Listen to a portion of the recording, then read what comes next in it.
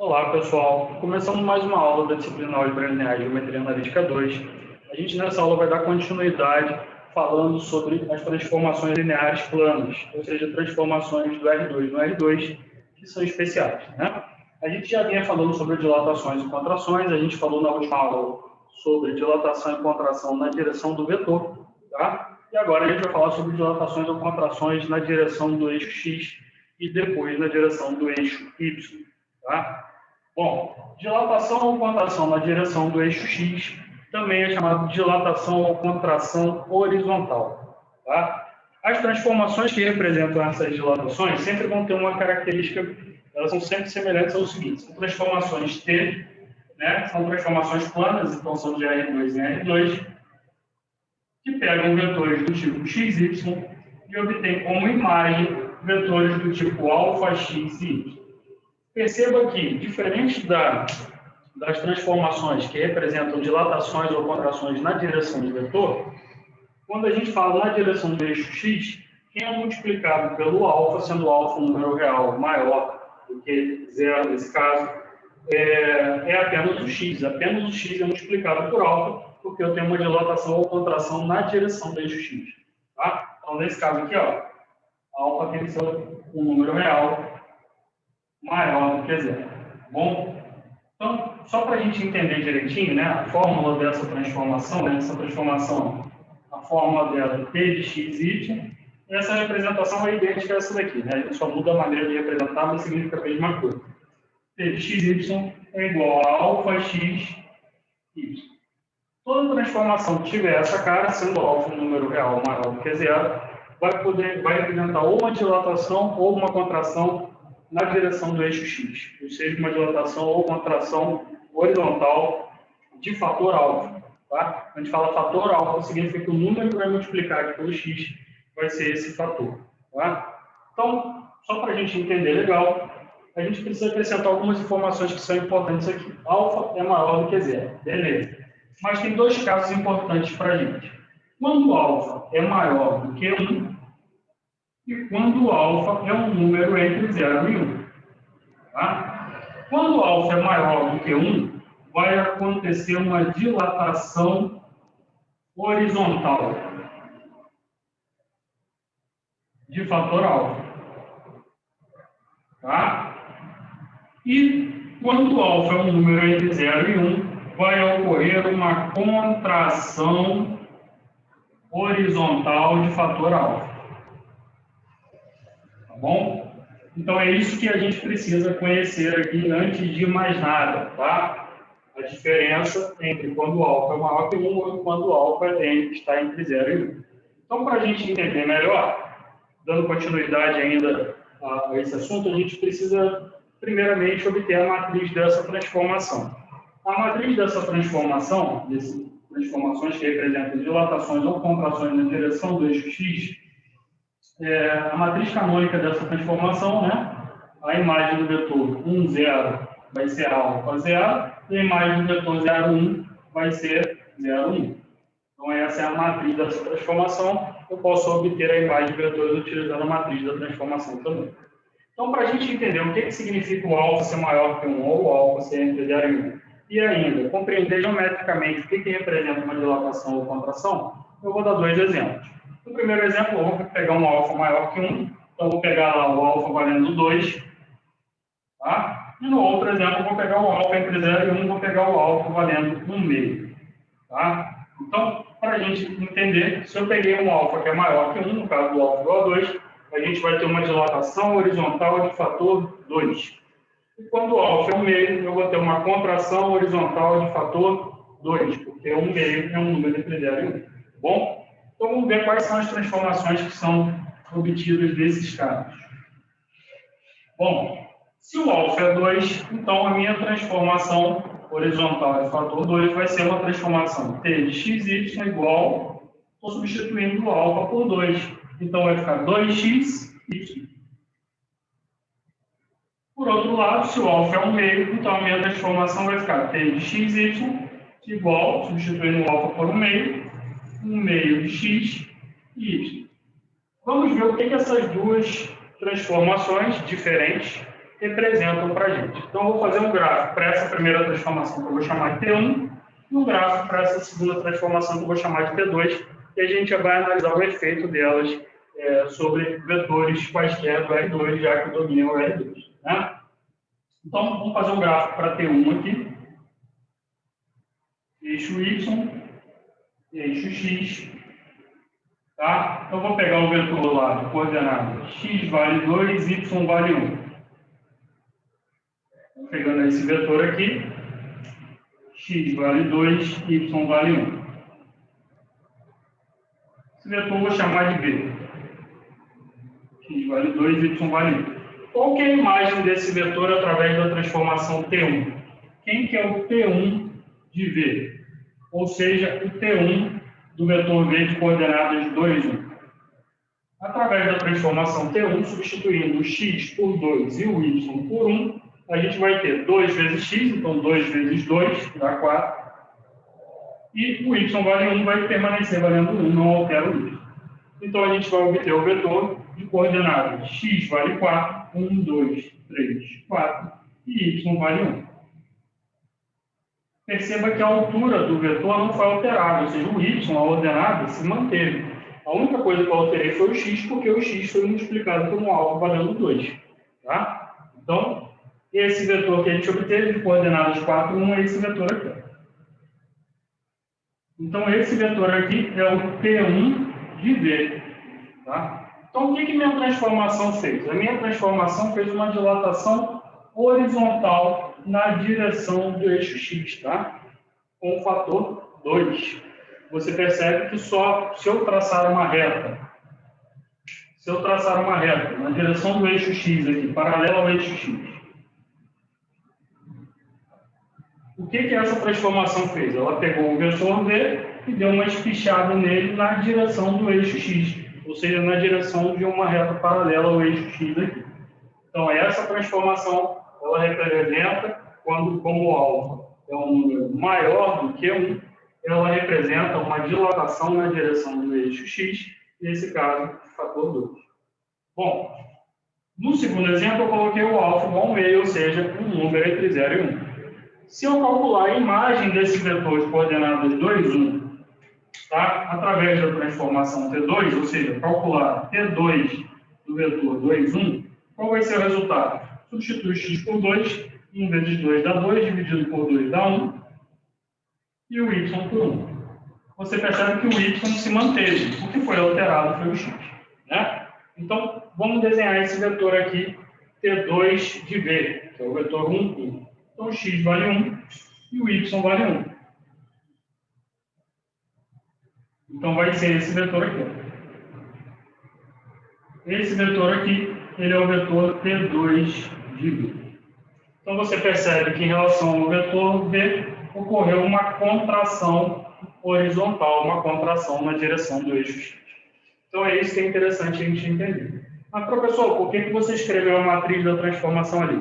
Porque, da mesma forma, ela pode ser utilizada para calcular a imagem do vetor. Nesse primeiro exemplo aqui, tá? Se eu quiser calcular a imagem do vetor como a gente fez, basta pegar a matriz dessa transformação. Como é que vai ser a matriz canônica dessa transformação? No caso aqui, o alfa vale 2, né? Então, vai ser 2, 0, 0, 1, e multiplicar pelo vetor que eu quero calcular a imagem na forma de um vetor coluna. O vetor que eu queria calcular a imagem é o vetor V, de coordenadas 2, 1. Vou escrever aqui 2, 1. E aí eu posso fazer a multiplicação que eu vou obter a imagem desse vetor na forma de uma matriz coluna. 2 vezes 2, 4. 0 vezes 1, 0. Vai ficar 4. 0 vezes 2, 0, 0. 1 vezes 1, 1. Então, eu obtive o vetor 4, 1 da mesma forma, utilizando a matriz canônica da transformação. A mesma coisa eu poderia fazer no outro exemplo. Bom? Então, isso são dilatações ou contrações na direção do eixo X. O que vai mudar se a dilatação ou contração for na direção do eixo Y, professor? Só vai mudar o seguinte: ao invés de eu multiplicar o alfa pelo X, eu vou deixar o X quieto e vou multiplicar o alfa pelo Y. Aí vai ser a dilatação ou contração na direção do eixo 2Y. Essa dilatação é chamada de dilatação vertical, na direção do eixo Y. Na direção do eixo X, horizontal. Na direção do eixo Y, vertical. Mas antes disso, eu preciso falar uma coisa com vocês. Eu dei um exemplo que o alfa é um número maior que 1, dei o exemplo em que o alfa é um número entre 0 e 1. Né? Mas, se eu analisar uma observação importante, que o alfa tem que ser maior do que 0, né? Mas se o alfa for 0? Se o alfa for 0, acontece uma coisa bastante interessante. Se o alfa for 0, a transformação que eu vou obter com essa fórmula aqui, né? Vai ser t de xy igual, se o alfa for 0, vai ficar 0 vezes x, que dá 0, e y. Então vai ficar 0 y. Sabe o que significa essa transformação? Essa transformação é a projeção ortogonal do vetor sobre o eixo y. Tá? Então imagina que eu quero calcular a imagem desse vetor 2, 1 com essa transformação aqui. Se eu calcular a imagem do vetor 2, 1, através dessa transformação, deixa eu usar outra caneta, porque geralmente o vermelho não fica bom. Se eu calcular t de 2, 1, né, a fórmula ficou 0y. Correto? Então, substituindo o x por 2, nem tem x aqui. Então, aqui sempre vai ser 0 abscissa, e a ordenada, o y é 1, vai ficar 0, 1. Então, esse vetor 0, 1 é esse vetor aqui, ó. Essa é a imagem desse vetor V através dessa transformação. Esse vetor, ele representa a projeção ortogonal do vetor V, tá? Em cima do eixo Y, tá? Então, quando o alfa é 0, a gente obtém a transformação que gera a projeção ortogonal de vetores quaisquer do plano, vetores quaisquer do R2, a gente consegue obter a projeção deles em cima do eixo Y, tá bom? Bom, dando continuidade, então, dilatação ou contração na direção do eixo dos Y agora. O que vai acontecer? O que vai acontecer é que a gente vai ter uma transformação do R2 em R2, só que ao invés de multiplicar o x pelo fator alfa, eu vou estar multiplicando o y por alfa. Tá? Então, a transformação vai ter como imagem o vetor x alfa y. Então, a fórmula da transformação de xy vai ser x alfa y. Certo? Bom, vamos analisar os casos aqui importantes também para a gente. É importante lembrar que alfa é um número real maior do que 0. Então, a gente vai analisar agora a dilatação ou contração na direção do eixo y, ou o que a gente chama de uma dilatação ou contração vertical de fator alfa. Alfa é um número real, é o fator que a gente vai multiplicar para ocorrer essa dilatação ou contração, dependendo do valor de alfa. Tá bom? Do mesmo modo que a gente avaliou anteriormente, se o alfa for um número maior que 1, ocorre dilatação vertical de fator alfa. E se o alfa for um número entre 0 e 1, o que vai ocorrer vai ser uma contração vertical de fator alfa. De fator alfa. Pessoal, e quando o alfa é igual a 0? Quando o alfa é igual a 0, aí a gente tem a projeção ortogonal em cima do eixo x. Projeção ortogonal sobre o eixo x. Tá? Então, é isso que a gente vai analisar. Transformações que têm essa carinha, essa característica, são sempre transformações que representam dilatação ou contração na direção do eixo y ou dilatação ou contração vertical. Então, vamos pegar alguns exemplos para a gente poder avaliar. Né? Vou passar a usar a caneta azul aqui, a preta não está muito boa. Então, vamos lá. Então, vamos pegar alguns exemplos de transformações que têm essa característica. Ou seja, transformações que têm como matriz canônica isso daqui, né? Bom, então vamos lá. Primeira transformação, eu vou fazer o alfa valendo 2. Segunda transformação, eu vou fazer o alfa valendo 1,5. Tá? Se o alfa vale 2, então a minha transformação será uma transformação que terá uma fórmula desse tipo. x2y. xy igual a x2y. Se o alfa vale 1,5, eu vou ter uma transformação t de xy que vai ter essa característica, x 1,5 de y. Então, isso daqui vai gerar uma contração ou dilatação vertical e a gente vai ver isso através de um exemplo, tá bom? Eixo X, eixo Y. Vamos pegar um vetor V qualquer para a gente encontrar imagens. Então, eu vou pegar o vetor V de coordenadas 2, 4. Tá? Então, o vetor V em que X vale 2 e Y vale 4. Aqui o meu vetor V. E vamos ver se realmente isso daqui vai representar, essas transformações representam dilatações ou contrações, né, verticais. Bom, então deixa eu ampliar aqui um pouquinho, vou ter que apagar essa matriz. Precisar de um pouco mais de espaço. Só para a gente avaliar. Eu chamei essa transformação de T1, a outra eu vou chamar de T2. Então vamos calcular usando a transformação T1 a imagem desse vetor. T1 de V, ou seja, T1 do vetor 2, 4, como é que vai ficar? Substitui o x por 2 e o y por 4. X por 2 vai ficar 2, y por 4, 2 vezes 4 dá 8. Essa transformação T1, como tem um alfa que é maior do que 1, ela vai gerar uma dilatação. Tá? Então vamos desenhar o vetor 2, 8. X vale 2, y vale 4, 5, 6, 7, 8. Então essa transformação vai gerar esse vetor aqui, V1. T1 de V, né?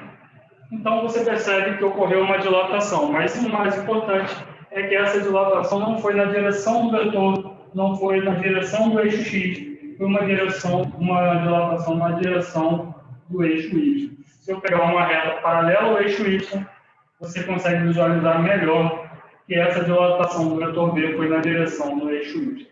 Apenas o Y, apenas a ordenada foi alterada. Tá bom? A abscissa se manteve a mesma. Se eu calcular a imagem do vetor de coordenadas 2, 4 através da transformação que eu chamei de T2 aqui, tá? T2 de 2, 4, como é que vai ficar? X vale 2, o Y vale 4, 4 vezes 1 meio dá 2. Então eu vou obter o vetor de coordenadas 2, 2. E esse aqui é o vetor T2 de V. Então você percebe que ocorreu o quê?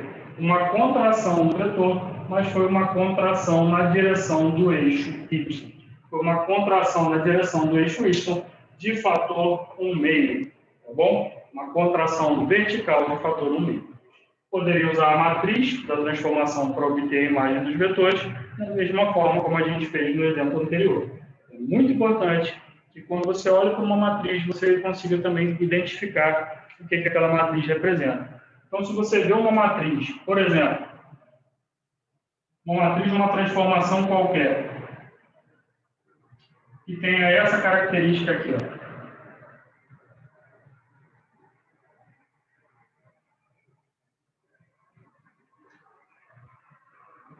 Isso daqui, para mim, só de olhar, eu já sei que é uma transformação que representa uma dilatação, tá? Uma dilatação na direção do eixo Y, ou uma dilatação vertical de fator 3. Então, isso que é importante que vocês entendam. Por quê, professor? Porque a fórmula dessa transformação, né? Se eu traçar essa matriz canônica, obter a fórmula dela através da matriz canônica, vai ser x3y. E toda matriz desse tipo, né, ou transformações desse tipo, x3y, ou x alfa y, em que alfa, no caso aqui é 3, alfa é um número maior que 1, então representa uma dilatação, e uma dilatação na direção do eixo y, porque eu só alterei o y e preservei o x.